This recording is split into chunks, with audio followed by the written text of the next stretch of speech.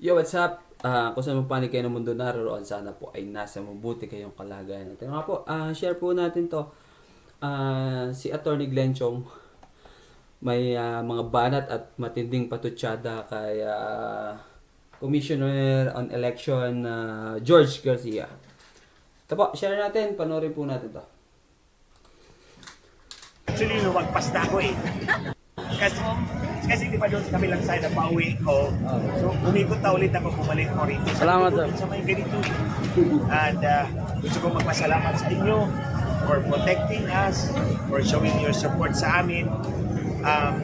Alam ko na ang issue ko dapat ay election fraud. Yung pandaraya sa ating halalan. Nakita ko doon, nandun ang spokesperson ng COMELEC. So alam ko pinaghandaan. Nandun ang COMELEC eh. Siyempre, pagkatapat kami, nilatag ko kagad sa harap ang 6 na USB. Plus may dala pa akong tatlong envelope na nakakapal plus isang pula. So pinakita ko sa kanila, ready ako. Hindi fake news ang pandaraya sa halalan. Exactly. At doon, napag-alaman actually, lumagpas na ako eh. Kasi di ba doon sa kabilang side na pauwi ko. So, umikot na ulit ako, bumalik ko rito. Salamat, sir. Sa may ganito. And gusto ko magpasalamat sa inyo for protecting us, for showing your support sa amin. Alam ko na ang issue ko dapat ay election fraud. Yung pandaraya sa ating halalan. Nakita ko doon, nandun ang spokesperson ng COMELEC. So alam ko pinaghandaan. Nandun ang COMELEC eh. Siyempre, pagkatapat kami, nilatag ko kagad sa harap ang 6 na USB. Plus may dala pa akong tatlong envelope na nakakapal plus isang pula. So pinakita ko sa kanila, ready ako. Hindi fake news ang pandaraya sa halalan. Exactly. At doon, napag-alaman ko, di ba, ang sabi, dito ko na lang sasabihin sa inyo, wala na kasi akong social media eh. Ginurbor na yung account ko eh. Yun lang. Pero anyway, babalik na lang ako. So, sa inyo na muna. Nung nandun yung Meta, di ba, nandun yung dalawang official ng Meta, Oo nga. yung isa pa ulit-ulit na sinasabi, COMELEC. So alam ko na, ang nagpagurgor sa akin ng COMELEC, si George Garcia yan. Now, ikaw George, makinig ka. May pinangako ako kay Lisa. Yan. Kay Lisa Marcos.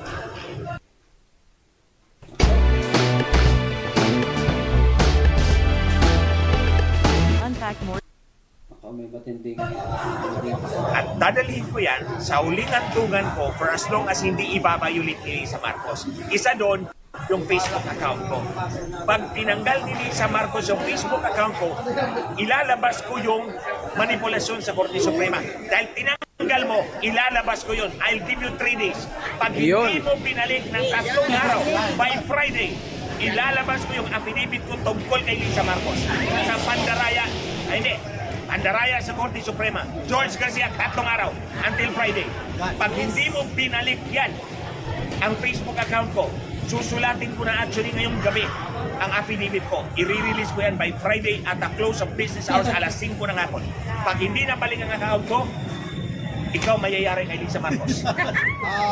Attorney, kamakailan po ay may mga natagpo ang parapernalya sa Davao. Ano po masasabi niyo po sa mga parapernalya na nasa isang bahay lamang? Sa COMELEC po yun. Alam nyo, pag dinala yung parapiranya ng eleksyon sa bahay, ang papasok sa isipan ko, yung 65 Picos machine na nandun sa bahay ng Smartmatic Technician sa Antipolo noong 2010, natandaan ninyo? Yes, sir. Doon sa bahay niya, Yun. 65 Picos machines yun. Na pagdating ng nag-inspeksyon, mainit pa mga makina, ibig sabihin ginamit. Katapusan na the next day na to ng eleksyon ha. So, yun ang pumapasok sa isipan ko.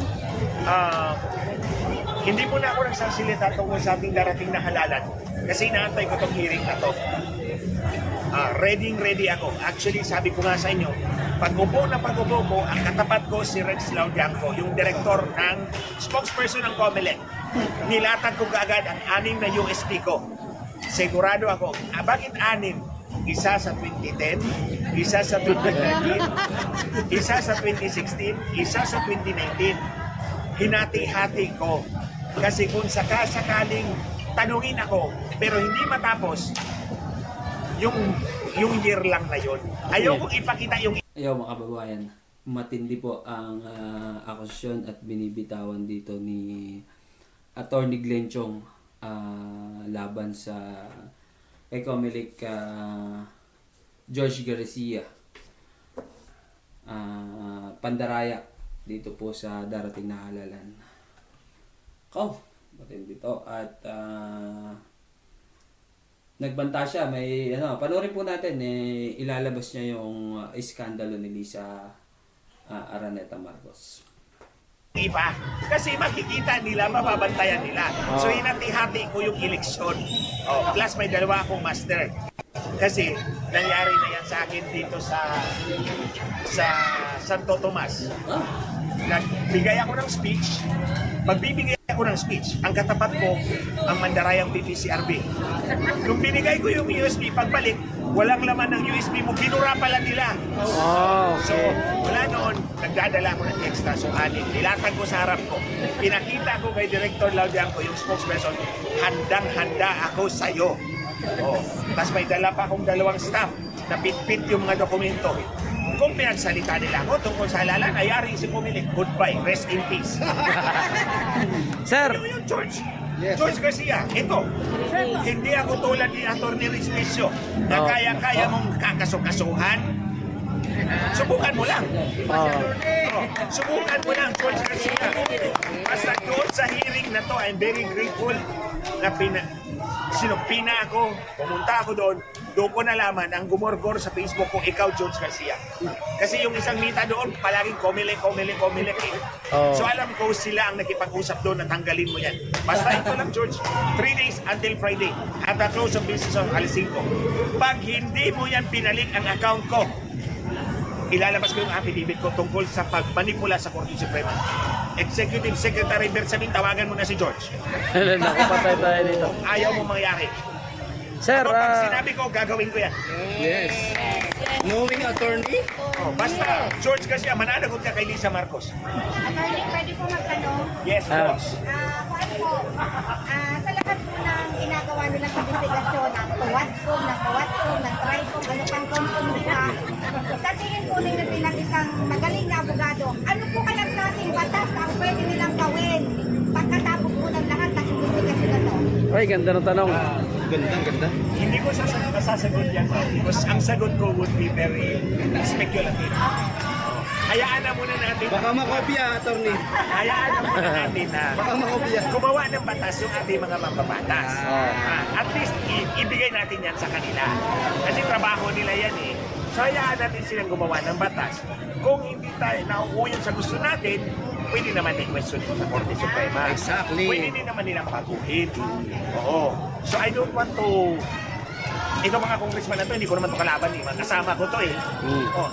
In fact, mga mababait to eh. Mababait to sa akin. Si George Garcia lang ang problema. Pati itong Comelec. Attorney, paano kayang mangyayari doon sa Davao? Dalawang dump truck po yung machine na nakalagay lang po doon sa isang lugar na walang security, walang pulis, walang Comelec, walang or ano. Ano Yun na kayang nga, mangyayari yun na nga, doon? ma'am. Hindi lang ilan, Yun dalawang na nga, truck ma'am. po yun eh. Ang nangyari noong 2010, nangyayari na naman ngayon. Kaya nga sinasabi ko, itong dayaan ni Comelec, it is as sure as the sun rises tomorrow in the east and sets in the evening in the west. That is east, nandun ang west. So, sigurado ang daya ni George Garcia. Kaya nga sinuspindi yung account ko for 180 days.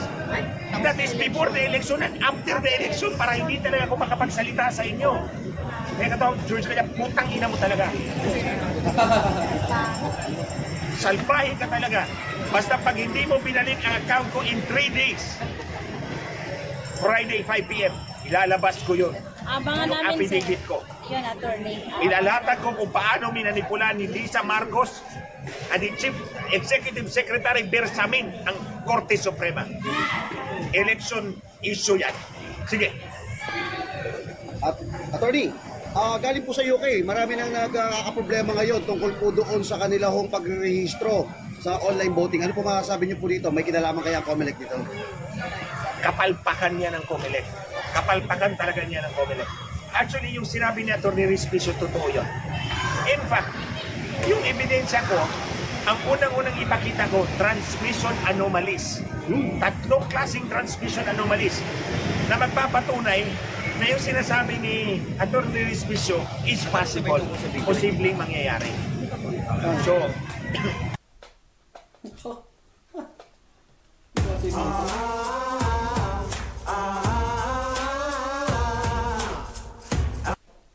Matindi ko, mga kababayan. Attorney, boss, with regards doon po sa video na sinasabi, kanina tinalakay din doon. At parang ang sinasabi po ng TRICOM is ito daw po ay isang deepfake videos. So ano po ang reaction nyo nun? Kasi kanina, marami rin mga netizens ang nagtatanong, since inungkat po yan dito sa Tri-Committee, baka po pwedeng imbestigahan na rin kung ito po ba talaga si BBM to o hindi. At gusto rin po ng taong bayan, para matapos na ang issue sa pagbabansag sa kanyang bangag, Mag-air test. magpa-air drug test na. Ano po masasabi niyo doon tungkol sa video, attorney? may certification naman si Maharlika na the video is authentic, unedited, original, hindi siya binago. So because it is made by American experts na walang ka-interest sa politika natin, maniniwala ako doon. Doon ako maniniwala. Huwag ka maniwala doon sa mga tao magsasabi na may political interest. Di ba? So hindi ako maniniwala sa Pilipino. May political interest yan eh. Ako hindi rin ako maniniwala sa sarili ko. Maniniwala ako doon sa Amerikano kasi walang interest yun. Di ba? So sinabi ng American expert, authentic to, original to, hindi binago. So that's it. Yun ang tatanggapin ko. Attorney, since ang Tri-Committee hearing po na ito, para di umano, gumawa ng batas kung paano po i-counter ang mga fake news. At Si George Garcia, number 1 fake news. at napag-usapan nga po ang patungkol sa video ni BBM na nagdodroga. Dapat po ba, since fake news ang gusto nilang talakayin, busisiin at talagang alamin ng Kongreso kung talaga bang totoo, hindi yung fake news at ito po ay matuntukan ng issue na to kasi binuhay po nila ito para maliwanagan na rin ng taong bayan. I think it's in the best interest of everybody na tapusin tong inquiry na to. Yung sa video, pwede naman siguro nilang, well, depende kung kay Marlika kung ipapadala niya yung investigation. Oo. And well, let's take it from there sa susunod na hearing. Tingnan natin.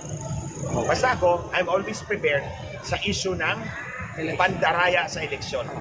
Kasi pinag-aralan ko talaga yan ng 14 na taon. O tingnan ninyo, mga kababayan, kung gawa ko lang yung istorya ng dayaan, hindi ako magpapakita doon. Kasi kakatayin ako ng buhay. On the other hand, USB pa nga lang pinakita ko, umatras na si Comelec eh. USB pa lang pinakita ko, umatras na. Pero may laman yung USB ha, hindi yung bluff. Hindi yung bluff. May laman yun. Mabibigat ang laman doon. Yung tatlong makapal na folder, actually ganito kakapal eh. Smoking gun yun. 99 smoking gun, hindi lang 1 smoking gun, 99 smoking gun. Kumbaga, magbabarilan kami, 99 ang hawak kong baril. Sige, sinong gusto makipag-duel sa Comelec? Charles, gusto mo? Mag-duel tayo, 99 yung baril ko. Ikaw, ewan ko. Attorney, how about dun sa atmosphere dahil dati kayong kongresista? Kanina kasi nanonood tayo, napaka-unparliamentary na po nung nangyayari. Especially, noong ito pong si Congressman Abante, para bagang napakadami pong mga sinasabi at hindi pa nagsasalita. No, nang maayos yung mga resource person natin, particularly si Ma'am Joey. Sa atmosphere po at bilang kayo na naka-attend po kanina doon, masasabi niyo po ba na naramdaman niyo po yung tinatawag na chilling effect kanina? Actually, hindi ko naramdaman yun. Kasi nga, siyempre hindi ko naramdaman, umatras si Comelec eh. Oh, umatras ang kalaban ko. Yan ang malinaw. Yan ang isabihin nyo sa buong publiko. Nandun ang Comelec, umatras. OFW ha, pakinggan yung buti sinasabi ni attorney ha, OFW. Umatras ang Comelec eh. Ito na sana yung pagkakataon na magbanggaan tayo. Actually, tuwang-tuwa ako dito sa Sampina. Oh, ito na yung panahon na magbanggaan tayo sa publiko. Maraming nanonood. Papakita ko yung ebidensya ko ng daya ninyo, Comelec, George Garcia. Mula pa noong 2010 hanggang, hindi na natin, hanggang 2025. Attorney, Yes. magkasama po tayo ng 3 beses na rally dyan po sa Comelec regarding po sa Smartmatic. Yes. Ano po, wala na po ang Smartmatic ngayon. So, may nakikita pa rin po kayo posibilidad na magkadayaan sa transmitting po, pagka-transmit ng mga... Itong George Garcia na ito, madaldal to. Kuya, andito na sila Joey, sila Tapusin ko Jose. to, ha? Answer. Andito na sila, Sila guys. naman next. Tuloy, Sabi tuloy, ni tuloy. George Garcia, yung QR code sa resibo ninyo, pwedeng i-verify doon sa makina. Tinanggal yan ngayon. Wala na. Hindi na mabiverify ang QR code sa resibo. Ibig sabihin, dadayain talaga itong eleksyon na to. Sir, siguro Hindi pwede. Hindi last na question, pwede. sir. Paano tayo makasigurado, sir, na ligtas po yung mangyayaring eleksyon at ano yung habol natin kung sakaling may dayaan? Walang ligtas na eleksyon sa panahon ni George Garcia. Klaruhin ko yan. Walang ligtas na eleksyon sa panahon ni George Garcia. Eh kung gusto mo, George, pumunta ka doon sa hearing, doon tayo magbanggaan. Sir, sa dayaan may... Talaga yan kay George Garcia. Hindi lang to give justice to Atty. Respicio. Ikaw, George, pumunta ka doon sa house. Doon tayo magbanggaan. Ilalatag ko yung ebidensya ko. And pag napatunayan ko yung daya ninyo, bumaba ka, Chairman. Wala ka silbi. Yun. Anyway, pag ako naman ang napatunayan mong nagsisinungaling, pwede ba mo ipakulong? Fair enough. Friday, 5 p.m. Friday, 5 p.m., George. Pag hindi mo